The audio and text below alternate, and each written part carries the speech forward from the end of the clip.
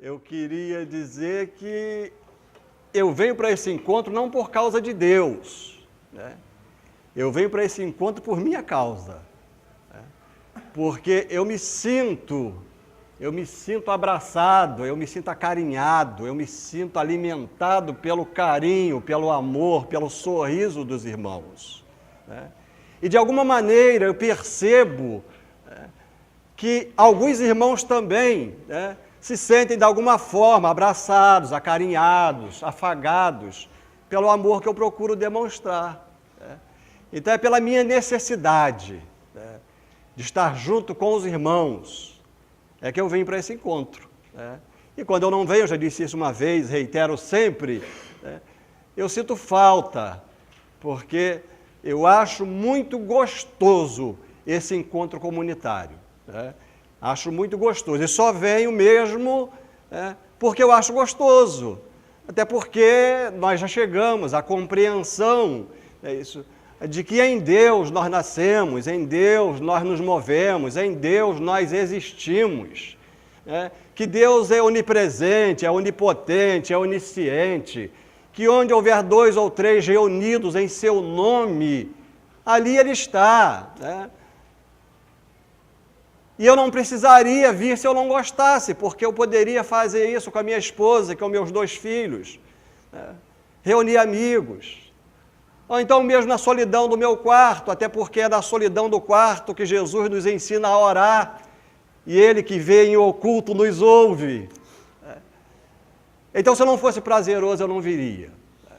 Mas para mim, e isso é um testemunho, é muito prazeroso, né? E é por isso que eu venho. E o desejo do meu coração e minha oração é que seja prazeroso para você também. Que de alguma forma você experimente alegria, que de alguma forma você experimente indicativos que te conduzam à pacificação interior, que de alguma forma você se perceba propriedade de Deus, né? E ultrapasse a fase do crer para a fase do experimentar que Ele cuida de você, que Ele tem a você e a mim na palma das suas mãos. Eu estou sendo tentado a encostar aqui agora. Na palma das suas mãos. Então é nesse espírito que eu venho aqui. E quero compartilhar com os irmãos um pouquinho da palavra de Deus, a partir de um livro que é um dos mais queridos dentro da Bíblia, que é o livro de Salmos. E a partir de um salmo que é talvez o mais querido dentre todos os salmos, que é o Salmo 23. Salmo 23 e Salmo 91 são salmos concorrentes, né? Eles disputam entre si a preferência do eleitorado, porque não é raro encontrarmos na casa das pessoas a Bíblia aberta no Salmo 91, que diz: aquele que habita no esconderijo do Altíssimo, à sombra do Onipotente descansará. Mas concorre com ele, leva certa vantagem, o Salmo 23, né? E é do Salmo 23, e a partir da experiência de Davi no Salmo 23, que a gente quer conversar. E o Salmo 23, esse, César, não tem problema da gente falar de cor, porque esse basicamente todo mundo sabe de cor, né? E o Salmo 23 começa assim: o Senhor é o meu pastor, e nada me faltará. Deitar-me faz em verdes pastos, guia-me mansamente às águas tranquilas, refrigera a minha alma, guia-me pela vereda da justiça, por amor do seu nome. Ainda que eu andasse pelo vale da sombra da morte, eu não temeria mal algum, porque tu, Senhor, porque tu estás comigo, a tua vara e o teu cajado me consolam. Preparas uma mesa perante mim na presença dos meus inimigos, unges a minha cabeça com óleo, o meu cálice transborda. Certamente que a bondade e a misericórdia me seguirão todos os dias da minha vida, e habitarei na casa do Senhor por longos dias. Amém? Amém. Vamos orar. Senhor, nosso Deus e nosso Pai, nós te damos graças mais uma vez pela alegria deste encontro, pela alegria de vermos e abraçarmos os nossos irmãos, que se tornaram a nossa família e que nos tornaram juntos a tua família. Eu te agradeço pelo carinho, pelo amor que a gente percebe extravasar além das palavras. Eu te agradeço porque acreditamos que tu estás aqui e que tu estás olhando para nós e por nós e cuidando de nós. Eu te agradeço porque sei que onde quer que nós estivermos, os teus olhares estarão fitos em nós. E eu te peço então que os nossos olhares, onde quer que nós estejamos fitos no Senhor. Nós oramos assim no nome de Jesus. Amém. Nós somos apresentados a Davi de uma forma mais ampla e sem uma leitura continuada, sequencial do texto sagrado, a partir do evento Davi e Golias. Todo mundo conhece a história de Davi e Golias, né? A história de Davi e Golias é uma história muito interessante, porque havia dois exércitos em confronto, o dos filisteus e o de Israel.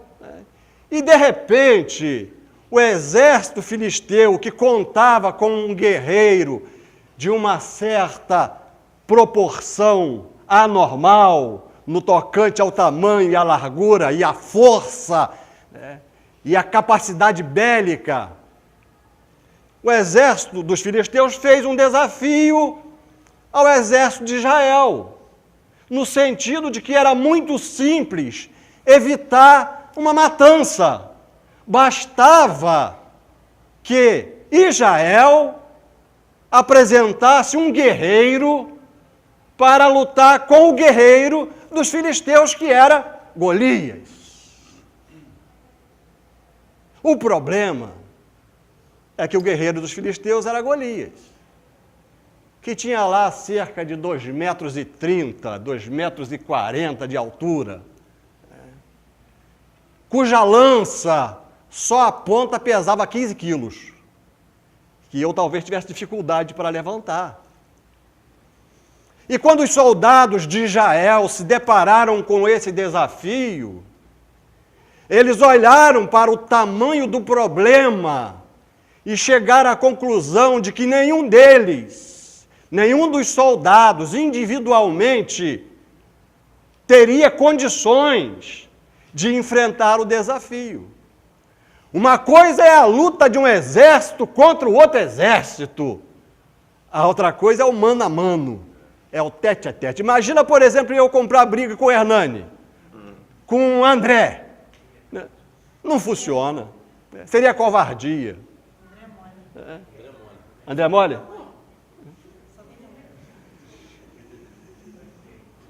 E aí os soldados de Israel olharam para o tamanho do problema e pensaram, considerando o tamanho do problema, nós não temos condição. Nesse cenário, quem aparece? Davi, que nem soldado era pastor de ovelhas, o mais novo da família, jovenzinho, franzino, tipo eu, quando pesava 50 quilos, antes de casar. Era um digo. Mas Davi ouviu as palavras afrontosas de Golias contra o exército de Israel, e ele considerou que aquelas palavras afrontavam não somente o exército de Israel, mas ao afrontar o exército de Israel, estava afrontando o Deus de Israel. E Davi se apresentou para lutar. E enquanto que os soldados israelitas olhavam para o tamanho do problema e diziam, não dá para enfrentar, Davi olhou para o tamanho do problema e disse, não dá para errar, certo? Não dá para errar, não desse tamanho. E aí tem a história, que ele bota uma pedrinha numa funda. O que era a funda? A funda era um pedaço de tecido, que a pessoa dobrava assim, mais ou menos, botava uma pedra aqui no meio, girava, girava, girava, soltava uma ponta, a pedra saía, e para quem era treinado na arma, poderia produzir os resultados que ele alcançou.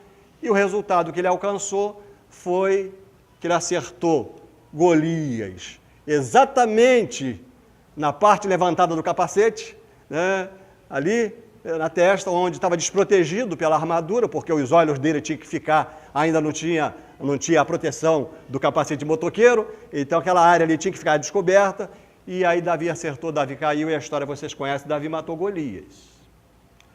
Nesse contexto em que um jovenzinho mata um gigante com uma pedrada, na verdade, não foi a pedrada que matou, a pedrada desmaiou, Davi correu lá, pegou a própria espada do próprio Golias e matou ele com a espada dele. Mas nesse contexto de vitória, é muito fácil Davi erguer a sua voz e dizer, o Senhor é o meu pastor, e nada me faltará. Nesse contexto é muito fácil. Mas eu queria retroceder um pouquinho na história de Davi, certo? E te apresentar um Davi um pouco desconhecido. Davi tinha alguns filhos, de mulheres diferentes, porque naquele contexto, os reis, eles tinham o seu harém. Eu não sei se eu estava considerando, eu não sei se era uma vantagem, se era uma desvantagem. Eu estou muito bem com a minha esposa, nós dois sozinhos, está ótimo assim. Mas Davi, ele tinha alguns filhos, que eram irmãos entre si, às vezes de mãe diferente. Uma dessas filhas chamava-se Tamar. Tamar era uma jovem muito bonita. Davi tinha um filho chamado Amnon, que era um galanteador. E ele cresceu os olhos exatamente para quem? Para Tamar, que era a irmã dele. E ele a desejou de uma forma irresistível. E ele criou uma encenação teatral de que estava doente e ficou deitado numa cama e pediu ao pai que mandasse Tamar até o quarto dele, porque ele queria ser alimentado pela sua irmã. E Tamar foi e levou a comida. Eu ia fazer um trocadilho, mas nem vou.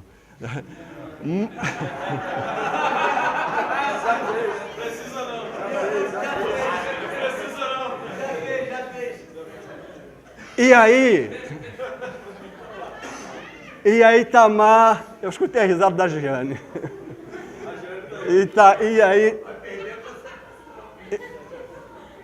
E aí Tamar foi violentada pelo seu irmão Amnon. E acabou com a vida dela. Naquele contexto, especialmente naquele contexto, ele acabou com a vida dela. Mas Davi tinha um outro filho, que se chamava Absalão. E Absalão se encolerizou por causa da atitude do seu irmão. E também armou um cenário, e fez uma festa, e disse que tinha perdoado o seu irmão, e atraiu o seu irmão para a festa.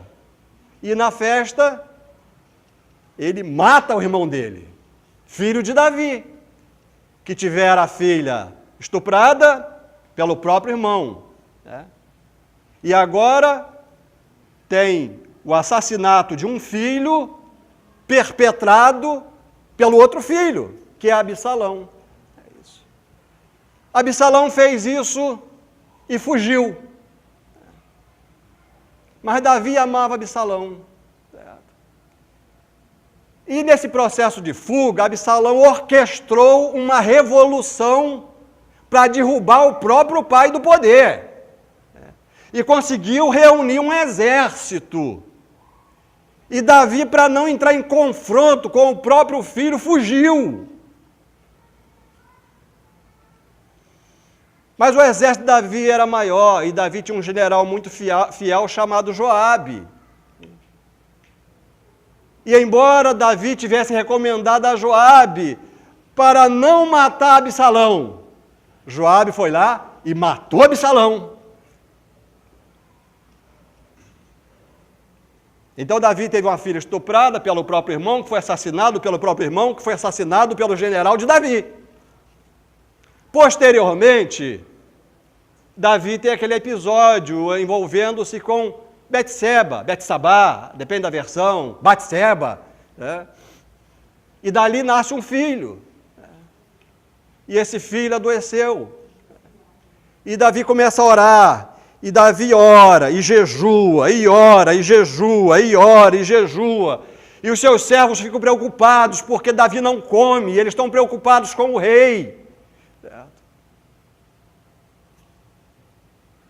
E de repente, o menino morreu. Então Davi, que teve a filha estuprada pelo próprio irmão, que foi assassinado pelo próprio irmão, que morreu assassinado por general de Davi, perde mais um filho, depois de uma sequência de oração e jejum a Deus, pedindo por socorro. Nesse contexto, já não é tão simples dizer: o Senhor é o meu pastor e nada me faltará. Esse salmo foi escrito, muito provavelmente, num contexto em que Davi está fugindo de Saul. Ele está cercado com um grupo de leais seguidores pelo exército de Saul. E Saul quer matar Davi de qualquer jeito. E mesmo sem saber se seria morto ou não por Saul, Davi escreveu esse salmo: o Senhor é o meu pastor e nada me faltará. Nesse ponto, eu preciso falar um pouquinho para você da ovelha e do pastor. Ovelha, o bichinho lá, né? Produz lã, né? A esposinha do carneiro, a mãe do cordeiro. A ovelha é um animal muito simplório. A ovelha, ela está no final da cadeia alimentar. A ovelha é um animal desconstituído de armas de defesa. Aliás, tem um texto de Isaías que fala que Jesus, como ovelha muda, foi levado ao matadouro. Porque a ovelha realmente, ela nem quando está sendo levada ao matadouro, ela reclama. Há quem poeticamente diz que ela se entrega voluntariamente ao sacrifício. Há quem diga que, na verdade, ela não tem percepção do que vai lhe acontecer. Mas o fato é que a ovelha, ela tem uma relação profunda de dependência para com o pastor de ovelhas. Uma relação profunda de dependência. Ela sente o cheiro do pastor. E a presença do pastor cria para a ovelha uma sensação de segurança, uma sensação de estabilidade, de intocabilidade, uma sensação de que nada vai acontecer. Quando o pastor se distancia, ela fica agitada, porque ela se sente insegura, ela se sente desprotegida. E é nesse contexto que às vezes acontece aquela história de ovelhas desgarradas. Aliás, Jesus conta a parábola das 100 ovelhas, né, que de repente o pastor vai fazer a contagem no final do dia e faltava uma. Uma se desgarrou, né, uma fugiu para longe. Né. Um dos motivos que leva, às vezes, a ovelha a se desembestar, sair correndo sem saber para onde ir, caminhando contra o vento, sem lenço, sem documento, né, é o fato dela parar de sentir o cheiro do pastor, porque aí ela fica desesperada. O pastor estando perto, ela se sente protegida. Quando eu leio, o Senhor é o meu pastor e nada me faltará, e quando eu sei que isso é dito por um homem que antes de ser rei era pastor, e então sabia exatamente do que é que ele estava falando, é isso. Eu fico pensando, depois da sequência de perdas que ele teve, das duas uma, ou ele era um homem sem noção, considerando que, como dizer que nada faltará, se tanta coisa lhe faltou ao longo da história.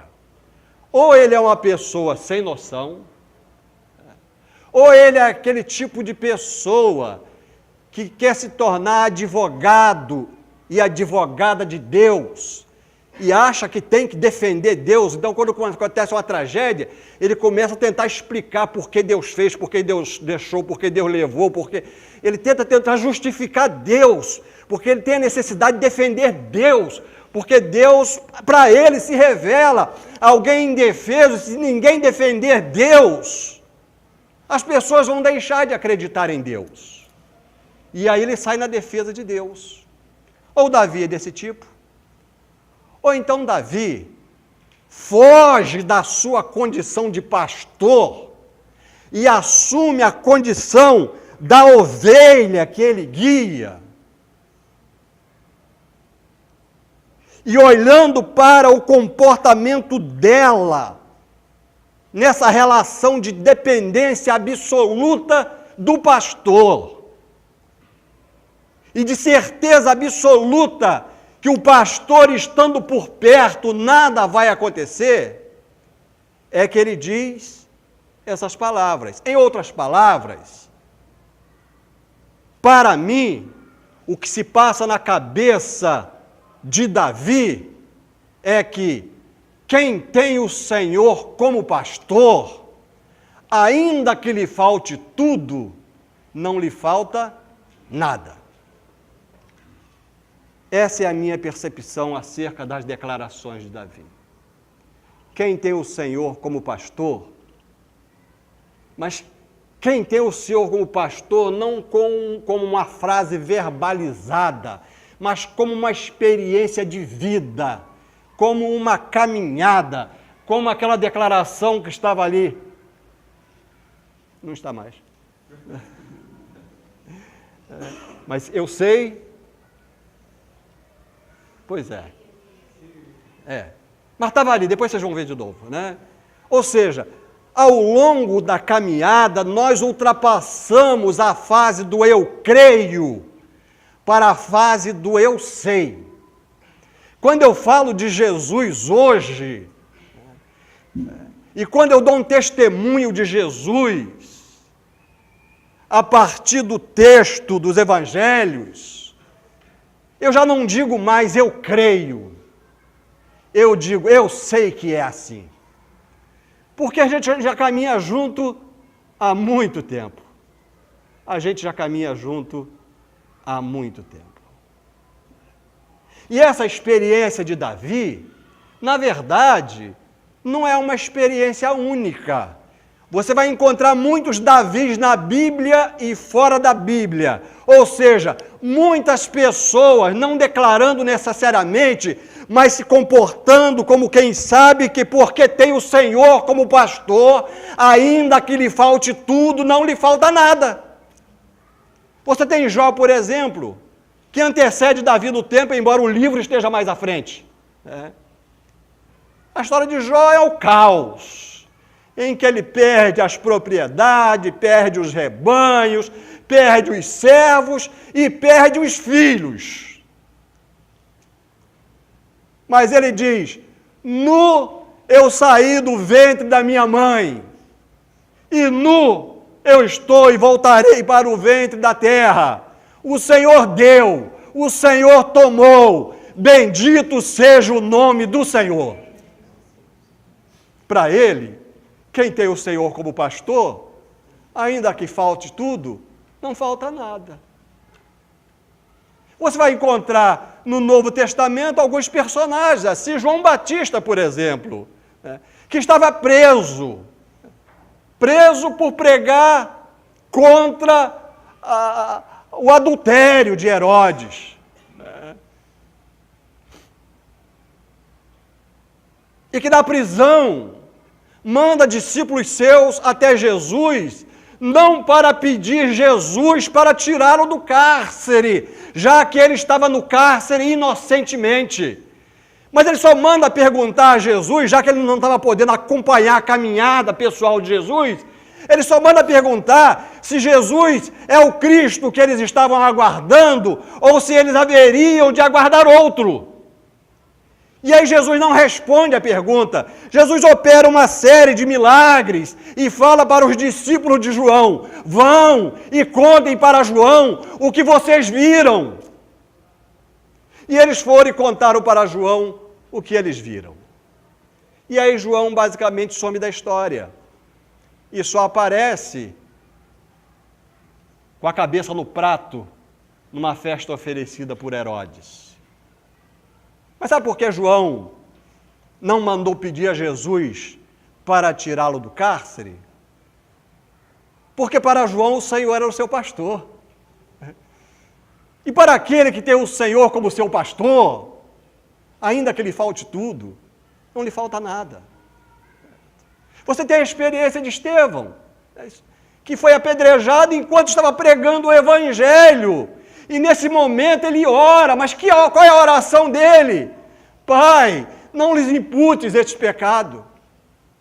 Quando o natural seria seu pai, não está vendo o que estão fazendo comigo? Mas a Bíblia diz que ele olha para o céu e vê o céu aberto e vê Jesus. E porque o Senhor era o seu pastor, ainda que lhe faltasse tudo, não lhe faltava nada. Você tem a experiência de Pedro, Tiago e João, que são presos, que são espancados, que são proibidos de falar no nome de Jesus. E eles respondem: mas como é que podemos deixar de falar do que temos visto e ouvido? E aí eles são espancados mais uma vez e são soltos. E sabe o que eles fazem? Eles oram, agradecendo a Deus por terem sido achados dignos de padecer, de apanhar pelo nome de Jesus. Porque para eles o Senhor era o seu pastor. E para quem tem o Senhor como seu pastor, ainda que lhe falte tudo, não lhe falta nada. Essa é a experiência de Paulo, essa é a experiência de Policarpo, um personagem que não aparece na Bíblia, mas aparece na história da igreja cristã, que foi queimado vivo, é isso. E foi lhe dado todas as oportunidades, porque ele era muito respeitado, certo? Bastava ele negar o nome de Jesus, certo? Mas como negar? Ele disse: como eu posso negar o meu Senhor? Como eu posso negar o meu Senhor? Ele morreu queimado.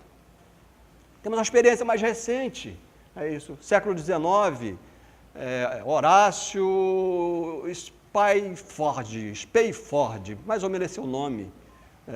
Era um advogado muito bem sucedido em Chicago, nos Estados Unidos, programou uma viagem para a família, para a Europa, tinha 4 filhas, mandou a esposa e as filhas na frente, ele iria logo a seguir porque tinha um grande negócio para resolver, é isso. Mas o que aconteceu? Houve um grande incêndio, isso em Chicago, compara-se a gravidade do acidente ao que aconteceu em 11 de setembro, há um tempo atrás, quando as torres gêmeas lá foram objeto de um atentado terrorista. Ele perdeu o seu escritório, ele perdeu o cliente, a perda foi muito grande, né? Mas o pior é que durante a viagem, o navio bateu no outro e aí as 4 filhas dele morreram na viagem. E a esposa chegou na Europa e mandou uma correspondência que demorou a chegar, e falando, né, isso, nossas 4 filhas se foram, só eu sobrevivi. E depois, então, ele pega o navio para ir ao encontro da esposa na Europa, e o navio passa exatamente pelo lugar onde aconteceu o acidente. O comandante mostrou isso para ele, né? E nesse contexto, ele escreveu um hino que consta no Cantor Cristão, e que diz: se paz a mais doce me deres de gozar, se dor a mais forte sofrer, ou seja o que for, tu me fazes saber que feliz com Jesus sempre sou. Sou feliz com Jesus. Sou feliz com Jesus, meu Senhor.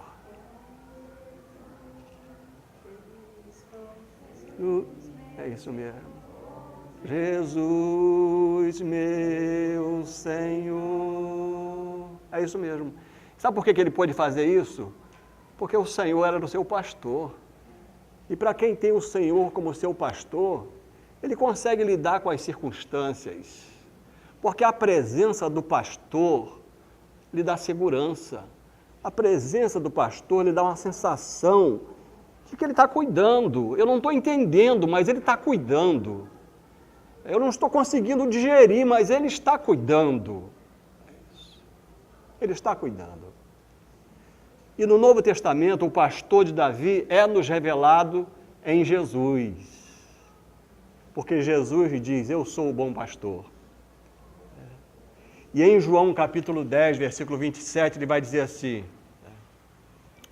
as minhas ovelhas ouvem a minha voz, eu as conheço, elas me seguem, eu dou-lhes a vida eterna, e nunca hão de perecer, e ninguém as arrebatará da minha mão.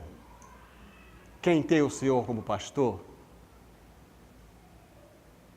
não se entrega em razão das circunstâncias, porque a presença do pastor lhe dá a estabilidade que transcende a esta vida. Amém? Amém.